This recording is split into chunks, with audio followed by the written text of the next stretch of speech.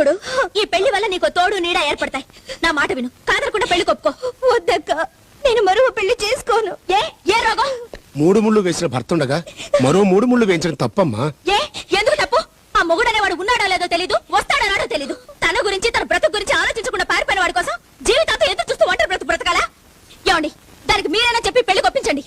అలాగే మనీషా, ఈ పెళ్లి చేసుకో.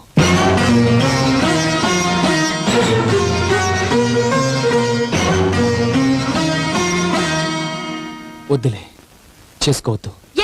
ఎందుకు చేసుకోవద్దు? ఒకసారి పెళ్ళైన పిల్లకి రెండోసారి పెళ్ళంటే తప్ప. భార్య చేస్తే మగాడు రెండో రోజు రెండో పెళ్లి చేసుకుంటున్నాడు. తనెందుకు చేసుకోకూడదు? దాన్ని కట్టుకున్నవాడు బతికే ఉన్నాడు కాబట్టి. అలాంటి వాడు బతుకున్న ఒకటే, చచ్చిన ఒకటే. అంత మాట అనుకు. ఆయన దేవుడు, ఏడా దేవుడు, ప్రత్యక్షమవుడే అవుతాడులే.